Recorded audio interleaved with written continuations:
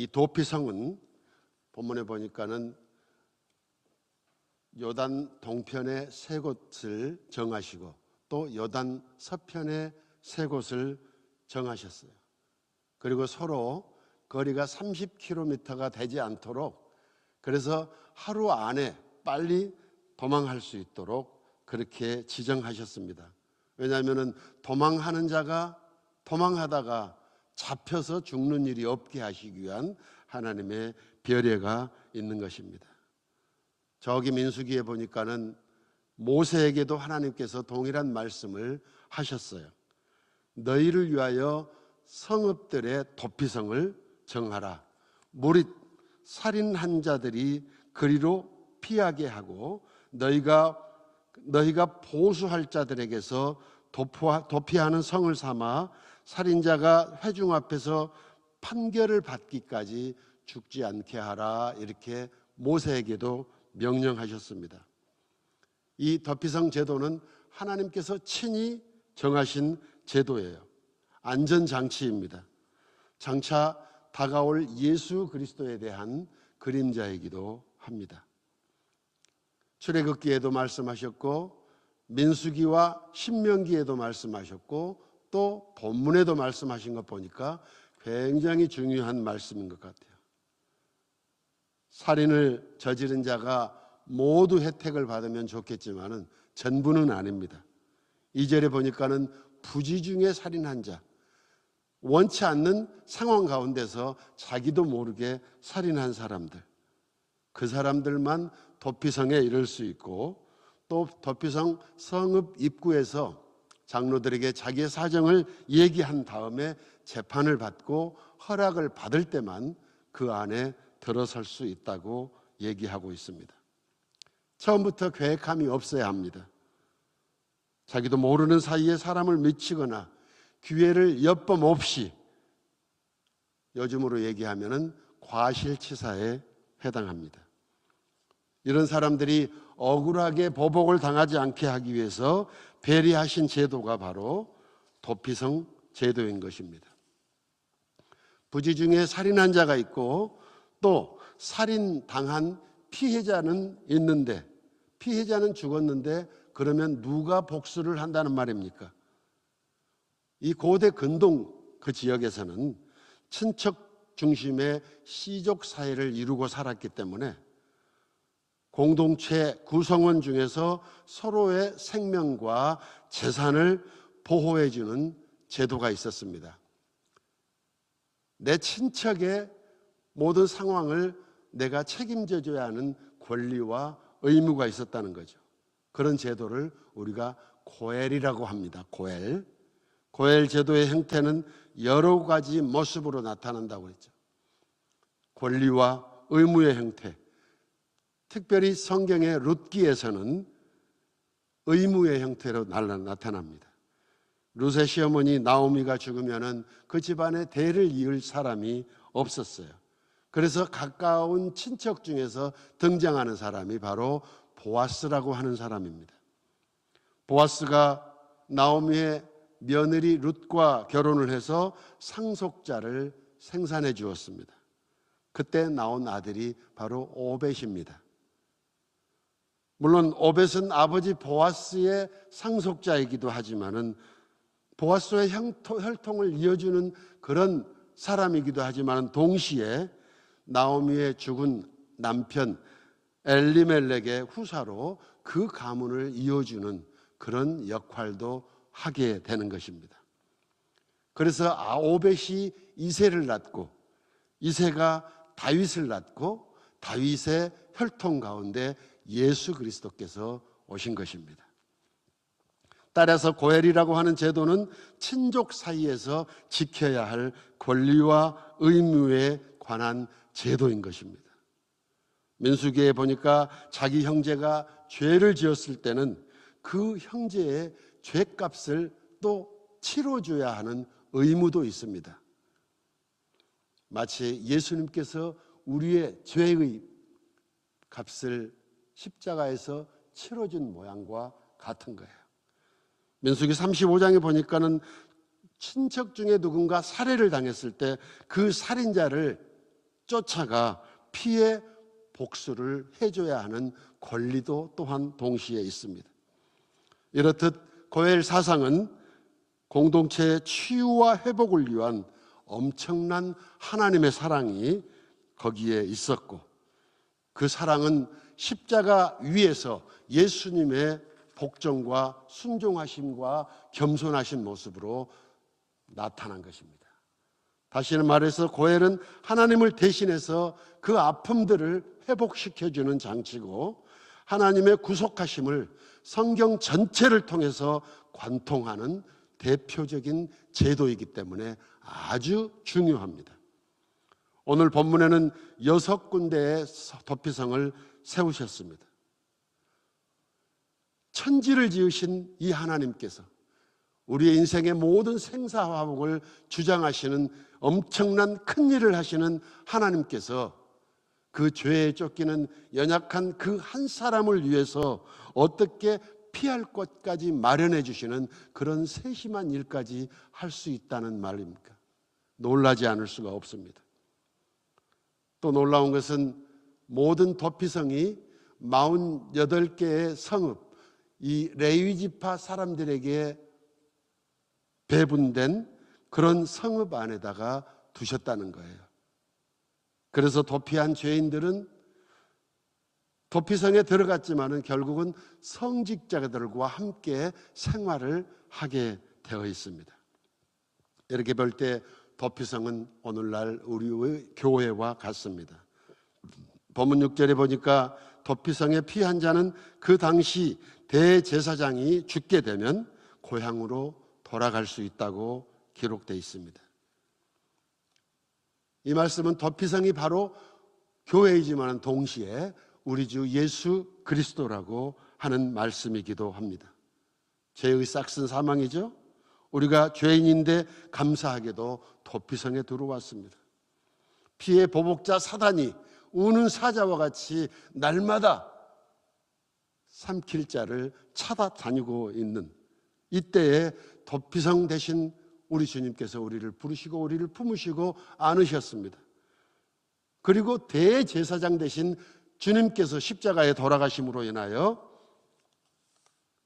테텔레스타이, 내가 모든 죄를 다 갚으셨다고 하는 그 선언을 통하여 우리는 이제 더 이상 사망에 속하지 않고 본향으로 돌아갈 수 있는 그런 자격을 얻게 된 것입니다.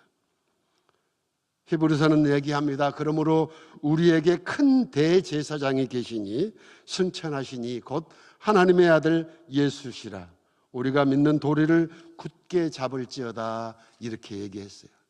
고엘이라고 하는 제도도 예수님을 예표하는 것이고, 도피성이라고 하는 제도도 예수님을 예표하는 것이고, 대제사장의 역할도 바로 우리 예수님을 예표하는 아주 놀라운 일입니다.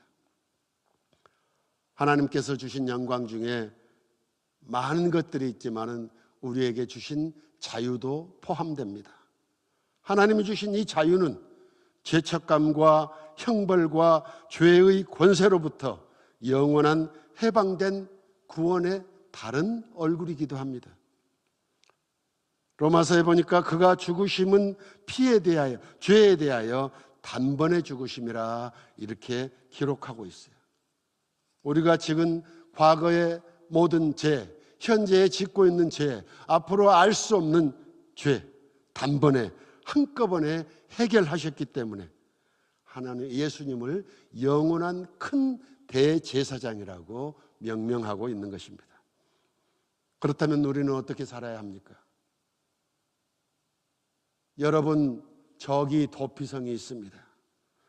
도피성이 있는지도 알지 못하는 사람, 도피성이 어디 있는지 알지 못하는 사람들에게 외쳐야 할 사명이 우리에게 있는 것입니다. 대제사장이 돌아가셨습니다. 이제는 우리가 자유를 얻었습니다. 자유가, 진리가 너희를 자유케 한다는 그 자유, 세상이 얘기하는 그 작고 누추하고 형편없는 그런 자유가 아니라 정말 영원한 진리 안에서 누리게 되는 그런 자유를 얘기하죠. 사람들을 향해서 고엘 대신 이가 우리의 모든 죄의 싹을 지불하셨다고 우리가 소리쳐야 하는 그런 권리와 의무를 가진 것입니다. 사랑하는 성도 여러분, 430년의 노예 생활과 40년의 광야 생활을 함으로써 오합지졸이 된 이스라엘 백성들을 향해서 정복 전쟁으로 살벌해지고 지치고 거칠어진 그 환경 가운데 충분히 살인이라고 하는 그런 많은 사건들은 나타날 수 있습니다. 그 중에서도 부지 중에 살인할 수 있는 그런 일들이 얼마나 많이 있었겠습니까?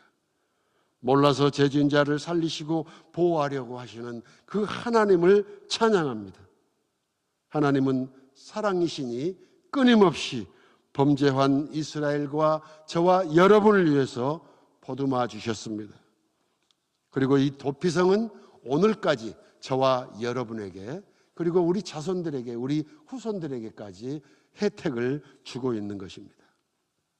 9절에 보니까 이스라엘의 모든 자손들도 혜택을 보지만은 그들과 함께 사는 이방 족속들, 거류민들까지도 혜택을 보게 하신다고 하는 하나님의 사랑이 기록되어 있습니다.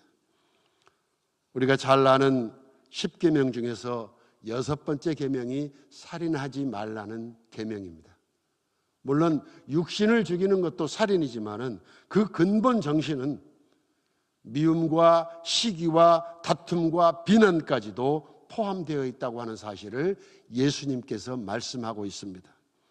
마태복음 5장 22절에 보니까 형제에게 욕하는 자, 노하는 자, 비난하는 자가 모두 살인자라고 얘기하십니다. 너희가 비판하는 그 비판으로 비판을 받을 것이요, 너희가 헤아리는 그 헤아림으로 바로 또 헤아림을 받을 것이라고 말씀하고 있습니다. 사랑하는 성도 여러분, 부지중에 했던 우리의 말들과 행동들을 한번 생각해 보세요. 그 판단과 정죄함과 미워했던 말들, 시기했던 말들, 질투했던 말들, 함부로 대했던 행동들, 사실 그 모든 것들이 우리를 지옥불로 끌고 가는 살인죄인 것입니다. 여호와의 말씀이 내 삶을 두고 맹세하노라. 너희의 말이 내 귀에 들린 대로 내가 행하리라. 우리 주님 말씀하셨습니다. 놀랍습니다. 우리가 내뱉은 말들이 우리의 믿음의 길을 가로막고 있었다고 하는 사실을 이 시간 다시 한번 기억하시기 바랍니다. 미움과 시기와 원망과 불평과 같은 가시와 엉겅퀴는 우리 마음밭에서 쉼없이 일어나는 거예요. 아담으로 인하여 땅이 저주를 받았어요. 가인이 그 동생을 죽임으로 인하여 아벨의 피가 땅에 스며들며 땅이 저주를 받았어요. 그리고 아무리 노력해도 그 땅은 가시와 엉겅퀴를 우리에게 준다고 했는데, 우리가 아무리 수행하고 아무리 노력해도 우리는 근본적으로 우리의 마음밭은 가시와 엉겅퀴를 낼 수밖에 없어요. 그러면 어떻게 해야 합니까? 우리 주님이 해결해 주시는 일밖에 없습니다. 나를 지옥불로 끌고 가고 있는 이 엄청난 사실과 놀라운 일 앞에서 우리에게 복된 소식이 전해 들려오고 있습니다. 도피성이 가까이 있다는 거예요. 도피성에 들어가면 산다는 겁니다.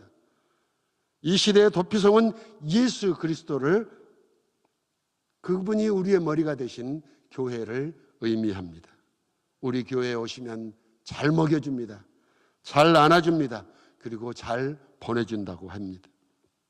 하나님의 거룩한 정의를 드러내주며 영원한 생명의 길로 인도해주는 그런 일을 하고 있습니다.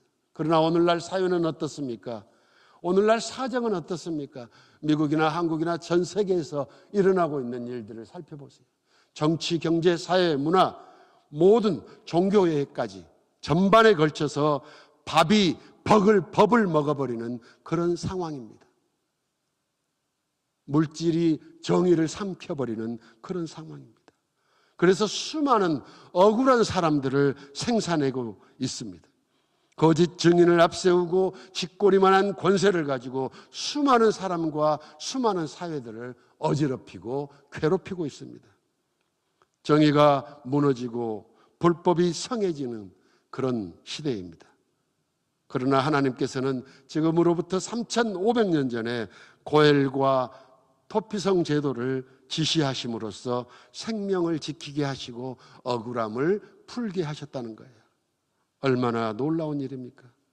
저와 여러분을 감천하시는 하나님께서는 우리의 앉고 일으심을 아십니다. 우리의 생각과 우리의 길과 우리의 눕는 것과 우리의 모든 행위를 다 아신다고 시편 139편에 기록하고 계셨습니다. 그래서 지칠 수밖에 없는 저희들을 향해서 수고하고 무거운 짐진 자들아 다 나에게 오라, 내가 너희를 쉬게 하리라 말씀하신 것입니다. 교회는 도피성이요 피난처입니다. 예수 그리스도의 구속의 십자가가 있는 곳입니다. 십자가는 그 모양처럼 더하기 표입니다. 도망자에게 피할 곳을 내어주고 피곤한 자에게 힘을 주는 것이 십자가입니다. 무능한 자에게 지혜를 줍니다. 약한 자에게 능력을 줍니다.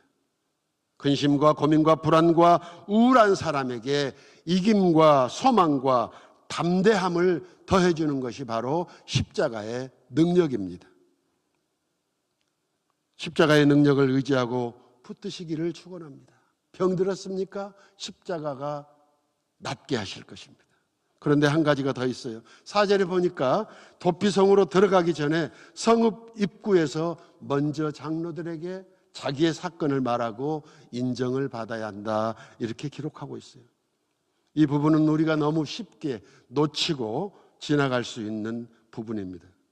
도피성에 들어가기 전에 반드시 자신의 죄를 고백해야 된다는 거예요. 나는 죄인입니다. 나는 죄인 중에 괴수입니다. 나는 원치 않는데 끊임없이 내 속에서 미움과 시기와 질투와 다툼이 일어납니다. 내가 부지 중에 많은 사람들을 살인하고 그 사람들을 정죄했습니다. 주여 용서하여 주시옵소서.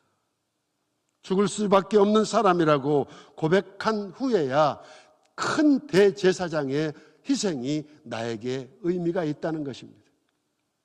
피난처 대신 예수 안에 들어가면 아무도 정죄할 수가 없습니다. 생명의 성령의 법이 죄와 사망의 법에서 저와 여러분을 해방했기 때문입니다. 여호와께서 우리 무리의 죄악을 그에게 담당하셨기 때문입니다. 완전한 고해를 이루셨기 때문이다. 내가 목마르다 하시면서 테텔레스타이, 다 이루었다, 다 갚았다. 십자가에 달리셨던 그분이 불멸하셨던 영생하시는 큰 대제사장 예수 그리스도이십니다. 사랑하는 성도 여러분, 이 모든 일에 우리를 사랑하시는 이로 말미암아 우리가 넉넉히 이김을 확신하시고 붙드시기를 바랍니다. 그리고 그 믿음으로 오늘 하루도 승리하며 살아가시기를 우리 주 예수님의 이름으로 간절히 축원합니다. 기도하겠습니다.